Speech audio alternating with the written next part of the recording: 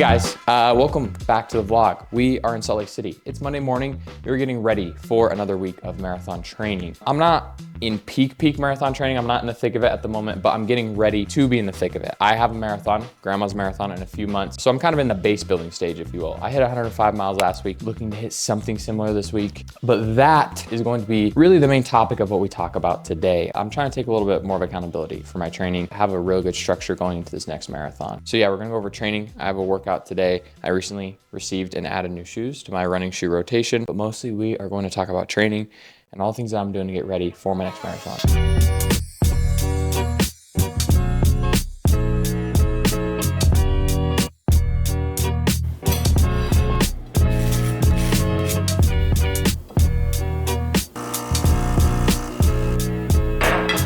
Basic. Okay, so as I said before, I got a marathon in 15 weeks. I'm really trying to take responsibility for my training. Just making sure I'm doing all the things that I need to be doing, checking all the boxes so I can feel confident. You'll have to excuse me if I'm not the most eloquent when I talk about the complexities and everything that goes on in a marathon training cycle. But really, I'm more of a running is a science and it's an art. It's a mix between the two. Both are important. We shouldn't neglect one over the other. But really the main tenets when it comes to running is intensity, volume, and recovery. These are gonna be the most influential things that you can do to make you a better runner. I would call these probably like the 99%. And so really kind of what I'm trying to do this training block, the master of the 99%. You'd never skip over a $100 bill to pick up a penny. Really what I'm trying to say is, guys, that I'm just trying to be a little bit more intentional with the things that I'm doing, because intentionality, yeah, intentionality is a word, right? Intentionality, it breeds confidence. If you really are intentional with what you're doing, you're gonna be confident and you're gonna believe in it. I'm in a good spot, all right? I am excited. I'm at the beginning of a new build. I got new training partners. I'm ready to work hard. I'm ready to work really, really hard. But as of right now, we have a workout with my new training partners here in the next 30 minutes. I'm not entirely sure what we're gonna be doing. I think it's going to be really challenging, but that's okay. Okay guys, and before we get onto the workout, I just wanted to tell you guys what I use every day to keep me organized in my training and all that good stuff. You guys know I'm a COROS guy. I wear my COROS watch all the time, and I wear my COROS heart rate band on every single run. And that's because the better data you get in, the better data you get out. All the good data and metrics you get from your watch, they go onto the COROS app. I love using this thing because it updates automatically and it gives me everything I need to know to make good decisions about my training. So I'm quickly gonna run through the things that I use to make sure that I'm not overdoing things. You guys know that one of my favorite things to use is the training status. It takes load impact based fitness, gives you a graph on how you're progressing. It also gives you an intensity trend line. You wanna kind of fall into that zone to make sure that you're not overdoing it or underdoing it in your training. Great thing about this is if you wear your watch consistently enough, you can compare one marathon build to the other. Another metric I like to look at is the overnight HRV. This HRV number helps you make informed decisions on your training. COROS gives you a normal range of where your HRV should be. If you are on the reduced end of that range, it usually signifies that your body's going through a little bit of stress and you might want to take some rest. I like this because it allows me to keep an eye on the trend. If I am hitting the reduced HRV over and over again, it probably means I might be overtraining and might need to take a step back. I'm a big numbers guy. I love to see the number. And so this just helps me keep track of my sleep, double check that I'm doing everything good. And it also helps me keep an eye on how quality my sleep is as well. And as I said earlier, this is just all on my phone. One click away, I update as soon as I wake up and I get to go through the stats and make informed decisions on my training that way. COROS is gonna be a huge part in what I'm trying to do here. Good data in equals better data out, and that's gonna be the focus in this build. So with that being said, let's get back to the video. 18. Okay. And then that'll be a set. We'll go like a couple minutes after that, 3 minutes after that. Just sets of mile 8. Okay. We want to get some tempo work in while still kind of working on our build. Let's do it. 30 seconds. Yeah, you got 30 seconds. Yeah, actually, I'm going to grab it close. What's up, Raquel?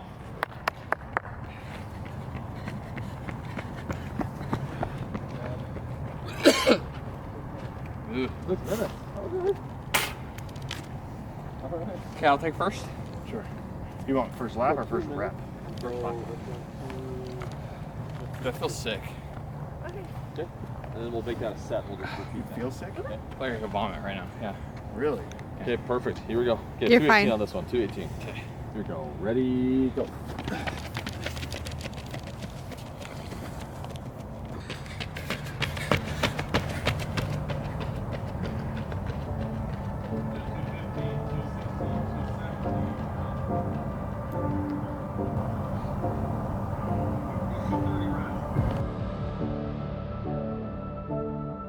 okay now, yeah. All right. 5 flat.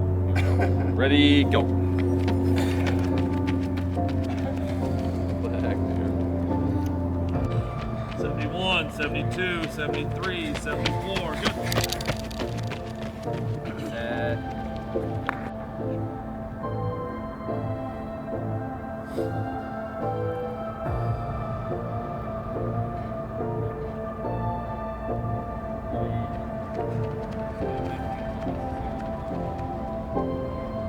Nice job, Adam. Nice job, Michael. Nice and smooth. There we go. There we go. A little bit of pressure.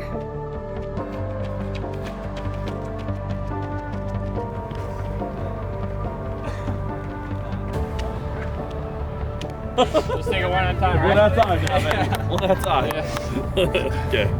All right, we can do this. 5 minutes. All right, Michael, bring us back to earth. Here we go. Ready, go. 5 minutes. Nice job. This is it. Last 200 of the workout. You got it. Let's go, Adam. See those wheels.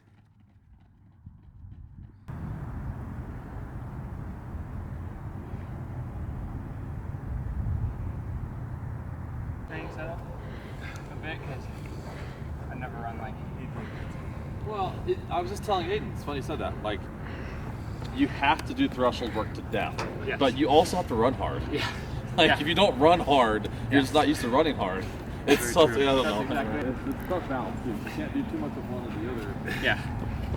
Yeah. No, ladies. Good. And my intensity and volume also just low. Good volume, though. Yeah, great volume. 6 miles. Good volume. 4 miles of tempo, 2 miles of something faster. Sub 5 on everything, and Easy money. yeah, that kind of it felt good to open up Dude. at the end, but I definitely it felt like a 62 last lap, and it was like a 65. Yeah. Yeah. When you get home I won't be able to. at midnight tonight. Okay, wait, before you leave, Michael, we need some words for the vlog. Oh yeah, sure. How'd you feel? Oh, what's up, Woodsters? This is Woodsters. We're not putting that in. okay. What's up, Skinny Woods? We've got your boy Michael Addison here. That ain't making a cut. Just had a great workout with Mr. Adam. With your number one training it partner or felt number good. 2? Am I your number one training Have I partner? graduated? I'll consider it. I'll put you in the list of propositions in the queue. Potential prospects? Yeah. Still in the trial I'm period. still taking applications if anybody wants to be my number one training partner. That's so funny. What do you got to say, Adam? I got nothing. Dude, my hair was my hair jacked the whole time? A little bit. That's okay. Bro, you gotta tell It's me. early. It doesn't matter. We have bedhead I for feel workouts. I feel like you can't mess up your hair. Like Well, you can't, but you can. you got the That's fro nice of going, and you. it doesn't really matter. It just looks good no matter what. Yeah. That's the hype we need. That is the hype we need. Good work, Michael. You're passing the Adam test. killed it today. He's getting fit. This is good. This is a good sign for him. According to him, he hasn't done this intensity a lot lately, and I think it's gonna be good. Yeah. We We're got in- 215 marathoner That's he's right. working out with. We're in so. similar fitness right at this moment, so it's good for us to train together. So no, feeling good about things. Yay. 4 by mile 8, we kept all the miles under 5-minute pace, so under 306 per K. And then the 800s, I think I averaged like 217 on them. Pretty challenging, pretty good workout. Michael dusted me a little bit towards the end, but that's okay, because that's why I'm here, is to get dusted and dragged to fast workouts. It's funny because coming up on a year now, I found out that I had mono. I had to take some serious time off of like real training, 40 to 70 miles a week in running. And some weeks I'd have workouts, some weeks I wouldn't. And I kind of did that for like 5 to 6 months. And so I signed up for the Valencia Marathon, which was December 1st. So 16 weeks out from that marathon, I slowly started to ramp up my mileage back up. I ended up running a 220 there, and all things considered, I was really happy. It's about 1 minute and 20 seconds off my PB. And really, like, the main goal of that build was to just get me to a spot where I felt like I was in similar shape to where I've been in the past. And so now that I have that under my belt, I feel like I'm in a good spot. The body's in a good spot, and I'm ready to step it up, honestly.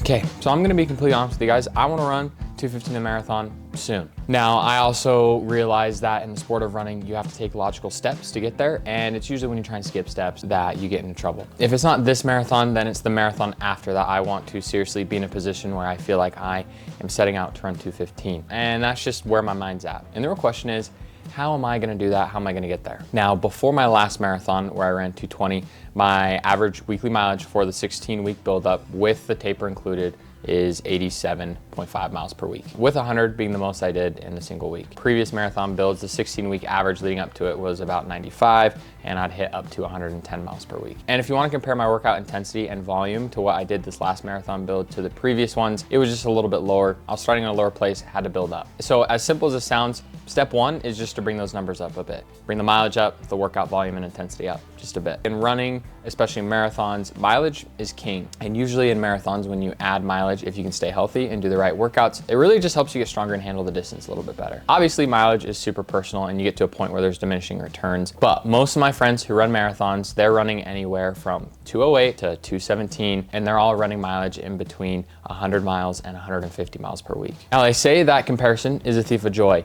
And I really feel that at the moment right now because I see people, I know people who they're running 125 miles a week, they're running 130 miles a week, whatever. They're feeling great and they're progressing really well. Obviously, one day I'd like to get to that. But you know, we're all about taking logical steps here. And I just know that it probably pretty risky to jump up in mileage that much. And really in running, what matters the most is that you stay healthy and get consistent training in. So goal, obviously, emphasis is going to be stay healthy.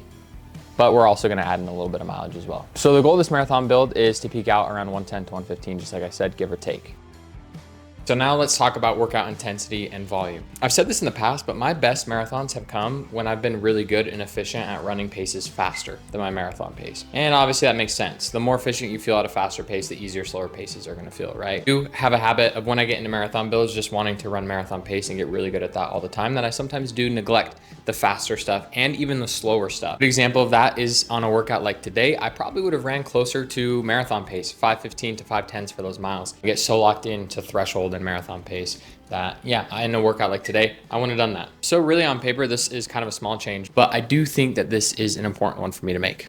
Guys, now for the fun part of the video. I recently got a mysterious package in the mail. We're gonna unbox that. I also recently just added 2 shoes to my running shoe rotation, and I'm actually really excited and psyched about them. People have been asking me what I think, and so I'm gonna tell you. They got about 100 miles on them, so I know if I like them or if I don't like them. Again, I'm not being paid to say any of this right now. I just am excited about these shoes. First shoe that we got going up is the Vomero 18. This is definitely different than the previous iteration of the Vomero, but I really like them. Right now, it seems like a lot of these brands are trying to come out with like a max cushion shoe, and this is Nike's version. I like this one. This is one of my favorite shoes that I've tried in this category, just because sometimes with max cushion, you know, the shoe becomes a little bit heavy. The shoe becomes almost like a little too soft and like not really stable at all. And this doesn't have any of those problems. I'm not wearing it in workouts. I probably won't even wear it on long runs where I'm trying to run fast or in that moderate zone, just because there's a lot of cushion here. Okay, and as light as it is, it's still gonna be heavier than some other shoes that I use for my long runs. Next shoe that I got, and this one I'm really excited about, is the Adidas Evo SL. This is like a lightweight trainer, like a lightweight super trainer. I don't think it has a plate in it. It could. Someone fact check me on that. But the thing that I like about this shoe, and that I think a lot of people are gonna like about this shoe, is that it's really lightweight, it's snappy, it's responsive.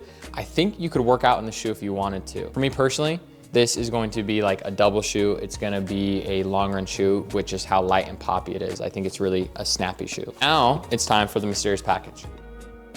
This is a Puma and Say Sky collab. Say Sky is a European like running brand in Copenhagen, actually. And Say Sky, you guys, has a place near and dear in my heart, and this is why I wanted to show you that. Say Sky was the very first brand that actually offered me any support at all. I said, hey, I'm a broke post-collegiate student. I see you guys have an amateur support program, and they did help me. They sent me gear and they really supported me before I even had any social media or anything like that. So I love Say Sky. I wear their half tights to this day. Some of my favorite half tights that I've ever worn. They got pockets, which I love. First up in the box is, oh, nice, you guys. This looks like to be Puma's super shoe, the Nitro DV8 Elite. I've never tried these, never tried a Puma super shoe, but I'm really excited to, and I'll let you guys know. what I think about it. And they obviously got some cool like Puma Say Sky collab gear. This is a jacket, but they got me some other stuff and hoodies. So keep an eye out for me wearing that. It's getting to that time of the video. This video's been all over the place, so bear with me, but we're just gonna summarize the plan a little bit. The plan sounds really stupid when I just say it out there like this. We're gonna run more mileage and we're gonna run harder, okay? Hey guys, quick message from the editing room. I'm currently in the middle of editing this YouTube video, and I realized I was just yapping and I was saying all the things that I wanted to do, and I was not like getting very specific on the plan. In the middle of editing that part of the video, quickly I just realized I was saying a whole lot of nothing, and I want to give like tangible goals of what I'm doing. We're 15 weeks out from the marathon. I plan on hitting at peak mileage 115 miles per week to 110. I'm gonna float in that range. Realistically, I want 4 good weeks at that high mileage. I'll probably want to hit that mileage 8 weeks before and stop about 4 to 3 weeks before the race. Because that's typically your time period that you wanna hit your highest mileage, 8 weeks out to 3 to 4 weeks out. Then after that, you start the taper. Workout intensity and workout volume. I just really think it's important to get around consistently at that volume, even if the workouts aren't that flashy. So if I'm running a 6-mile tempo, for example, and I'm kind of going backwards a little bit, instead of cutting it off at 5, it's gonna be okay for me to run a little bit slower and finish up the entire workout, get the full volume, and get a good training stimulus that way. Running isn't easy, but it's definitely very simple. No need to overcomplicate it. I tend to overcomplicate things. I'm gonna hit my mileage, I'm gonna hit my workout volumes, and I'm gonna work hard. Excuse my little interruption. I apologize for, just saying a whole lot of nothing and potentially ending this video without really saying anything of substance. But really guys, what I mean by this is I'm gonna do it in a very intentional way, okay? As I said in the beginning of the video, we're gonna master the 99%. We know that mileage, intensity, and all that stuff, if done correctly, and recovery, if done correctly, leads to huge, huge benefits. We aren't gonna skip over the $100 bill to pick up the penny. We're gonna pick up the $100 bill, and then we're gonna pick up the penny. Again, just is sounding a lot dumber as I say it out loud, but I really feel like this is what we're doing. We are just taking logical steps. I have new training partners. I have new people who are gonna help push me. I have a plan. I'm feeling really good about it. And lastly, the final change that I'm gonna make comes to these videos. This is going to act kind of as my training log. I've done that in the past, but really I wanna do a better job at showing you guys like the nitty-gritty details of my training, how far I'm running, the stats, all that good stuff. I'm gonna put it all out there for everybody to see. And yeah, we'll see how it goes. Guys, be sure to like the video. We are on the path to 100K, trying to get there before this channel turns 2. Comment down below about what you liked about this video, what you want to see in future videos, maybe stats and things like that. And again, I really appreciate you guys. Wouldn't have any of this without you. And as always, thank you guys for watching.